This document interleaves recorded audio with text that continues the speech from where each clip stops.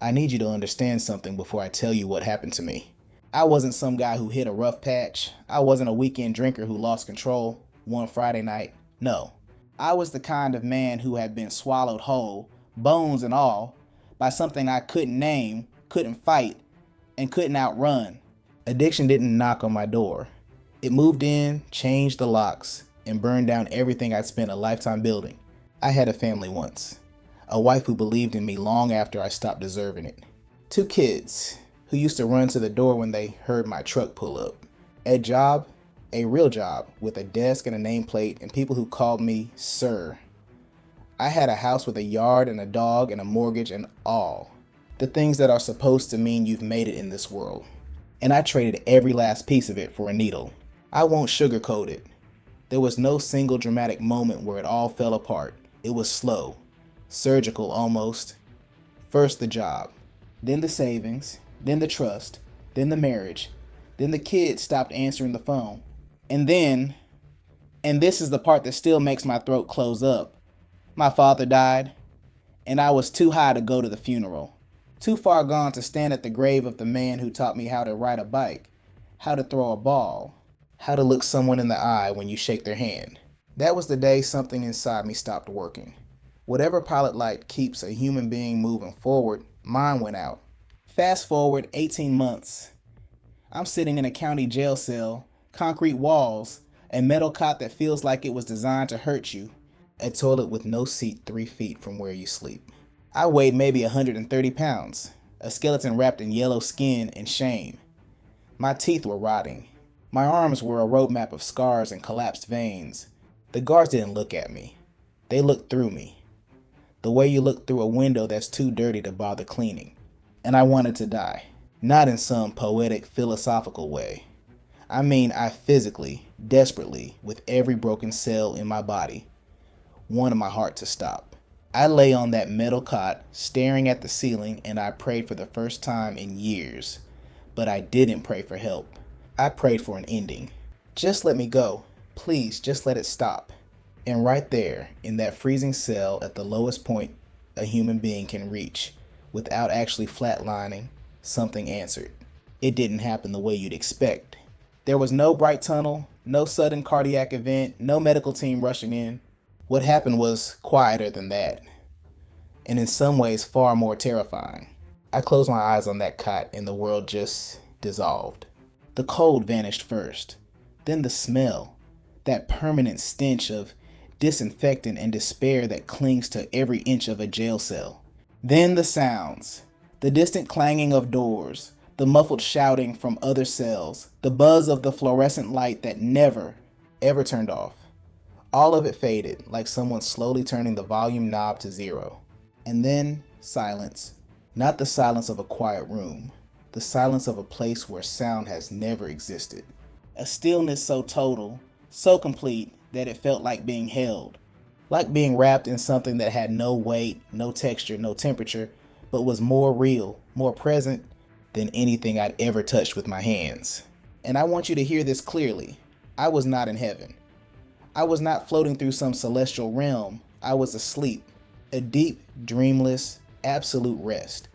The kind of sleep where time doesn't just slow down, it ceases to be a concept. Whether it lasted a heartbeat or 1,000 years, I couldn't tell you. The distinction meant nothing. All I knew was that the pain, the physical pain, the emotional wreckage, the guilt, the shame, the self-hatred that had been eating me alive for years, all of it was simply absent. And then, in what felt like the very next breath, the darkness began to part. Not like a curtain being pulled, more like a sunrise happening inside my own chest. A warmth that started from somewhere deep within me and expanded outward until it cracked through the blackness like light through shattered glass. And what opened before me was not a memory, not a hallucination, not a dream. It was hyper real, realer than real, as if every moment I lived with my eyes open had been a faded sketch. And what was unfolding now was the painting it had always been trying to become. I was being shown something. A transmission of pure knowledge, compressed and delivered all at once, like a lifetime of understanding poured into a single instant. And I knew, with a certainty that went deeper than thought, deeper than belief, deeper than anything I ever known. This was a glimpse of what's coming, a prophetic window into a future event that will change everything. And then I saw it, the Earth, but not the Earth I knew, not the cracked, polluted, exhausted planet I'd been stumbling across for 42 years. This was the same ground, the same soil, but restored to something original. Like seeing a masterpiece after centuries of grime have been cleaned away and realizing you never actually saw it before. The sky was a color I don't have words for, somewhere between the deepest sapphire and liquid gold, and it pulsed gently, as if the atmosphere itself were breathing. The air didn't just fill your lungs, it washed through you. Every breath felt like drinking cold spring water after a lifetime of thirst. And the peace.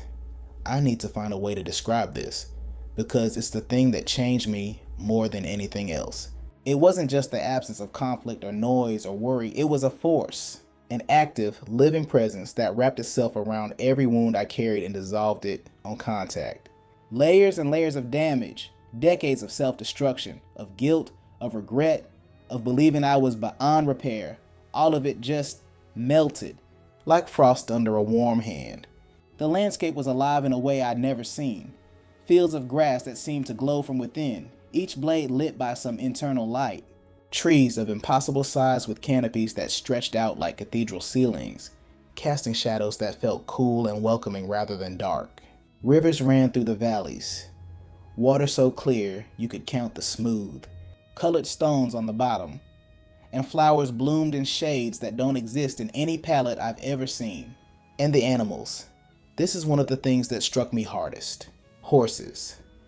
Enormous, magnificent, muscles rippling under coats that gleamed like polished bronze, galloping across open meadows with a joy that was almost painful to witness.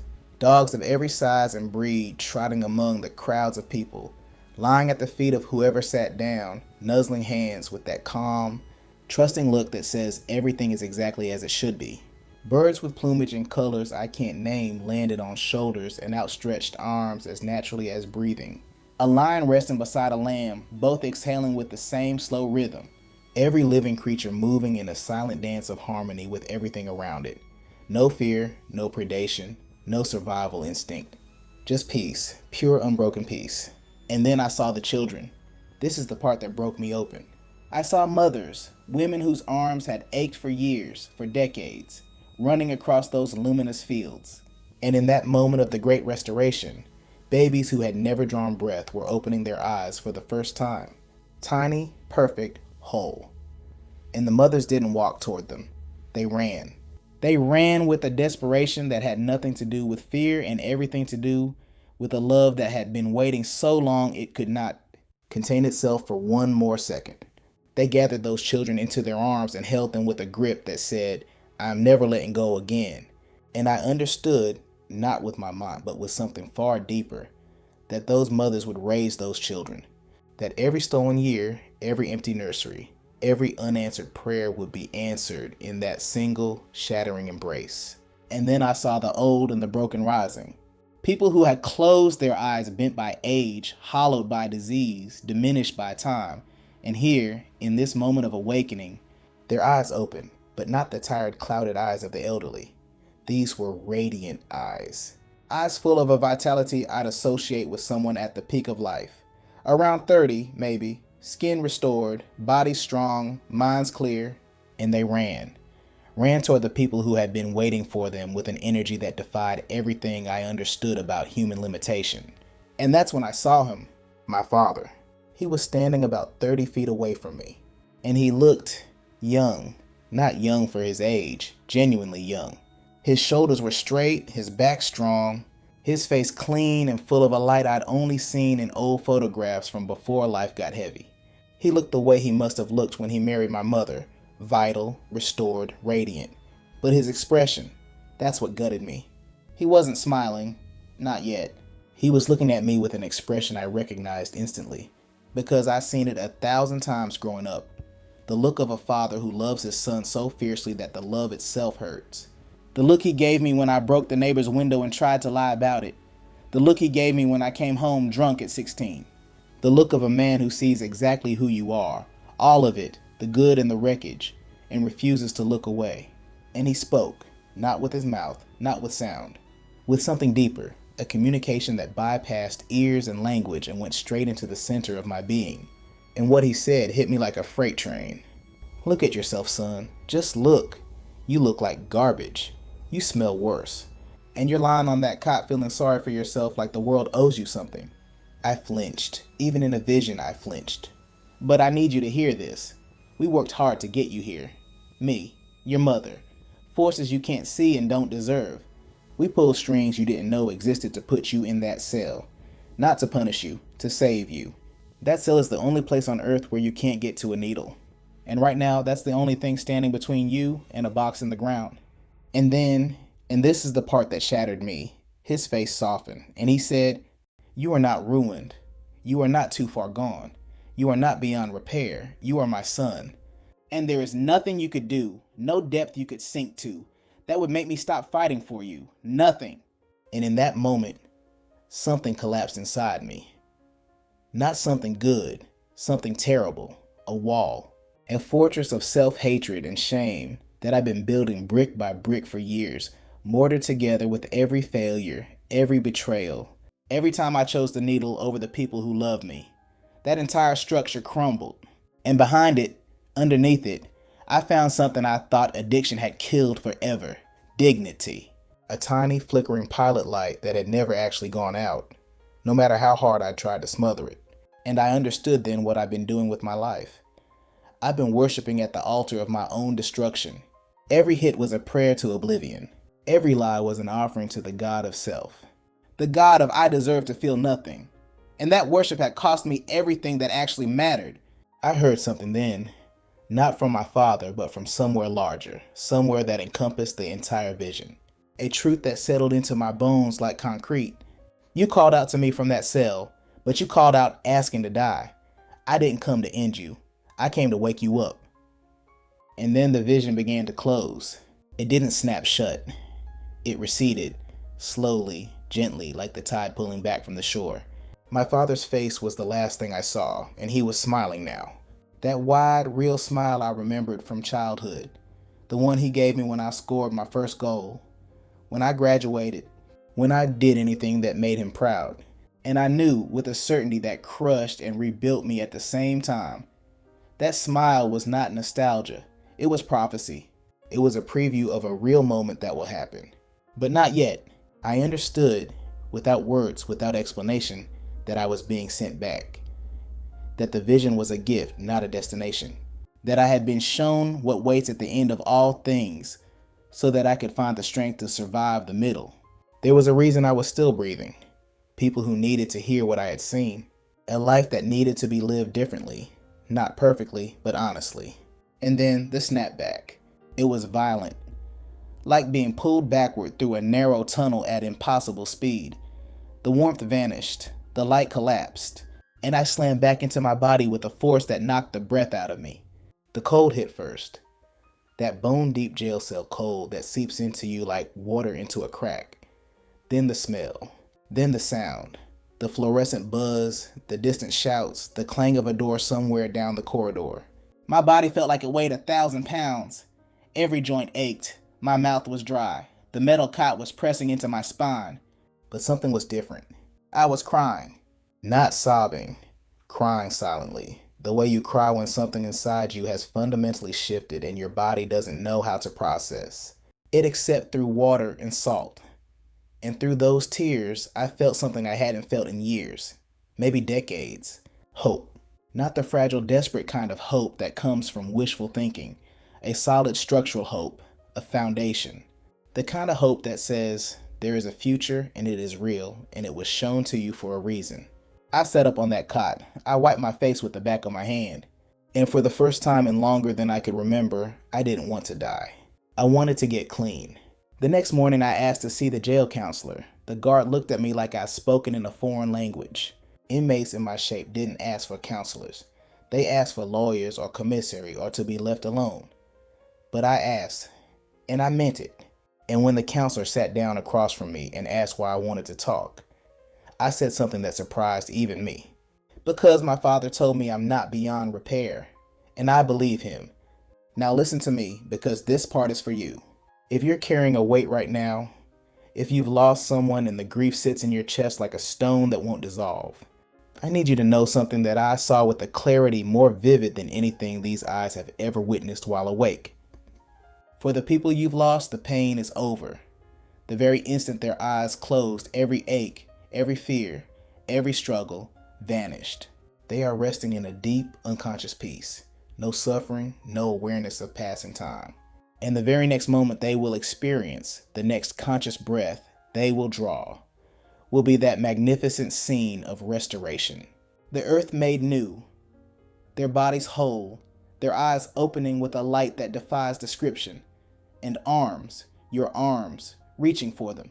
I know what some of you are thinking. You're thinking, but you don't know what I've done. You don't know how far I've fallen. If there's a line, I've crossed it. I hear you. I was the man begging to die in a jail cell. I was the addict who missed his own father's funeral. I was the husband who destroyed his family. I was, by any reasonable measure, beyond saving.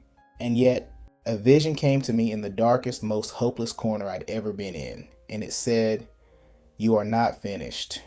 You are not discarded. You are not too broken to be rebuilt."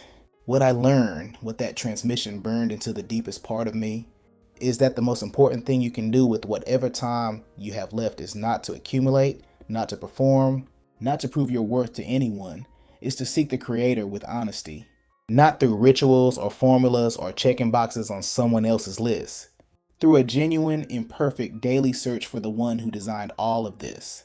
To live in a way that prepares your heart for that great moment of restoration. To become the kind of person who, when those eyes open in the renewed world, will be ready for the embrace that's been waiting since before time began. This isn't about religion. I'm not going to tell you which building to walk into on Sunday or which book to read first. That's between you and the Creator. What I will tell you is that the search itself, the honest, stumbling, sometimes desperate search for something greater than yourself, that search is the whole point. I got clean. It wasn't pretty. It wasn't fast. There were relapses. There were nights I gripped the edge of a bed and shook so hard I thought my teeth would crack. But every single time I wanted to quit, I closed my eyes and saw my Father's face. That smile, that promise, and I held on. I'm telling you this not because I'm special. I'm the least special person you could imagine. I'm telling you this because if a man who was rotting in a cell, begging God to kill him, can be shown a future worth surviving for, then there is hope for every single person hearing this right now. And I want to ask you something. I want you to answer me in the comments. Who is the person you are longing to hold again on the day everything is restored? Close your eyes for a moment. See their face. Picture them, whole, radiant, young, alive, running toward you across a field that glows with a light this world has never known. That moment is coming, and it will be worth every single day you held on.